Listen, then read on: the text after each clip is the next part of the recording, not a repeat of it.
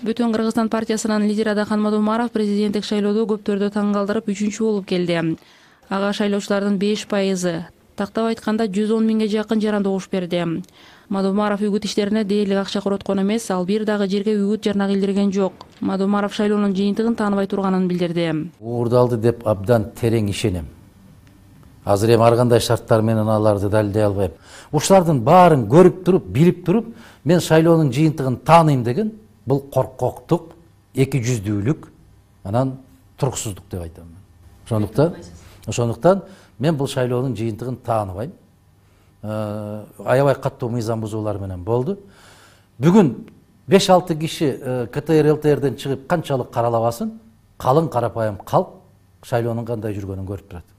Бул арам көрүнүштөр менен сөзсүз түрдө күрөшүү керек. Башка маселе ошого күрөшө турган элиң даярбы? Адахан Мадумаров система менен күрөшөрүн, Сооронбай Жээнбековду атаандаш деп эсептебей турганын кошумчалады.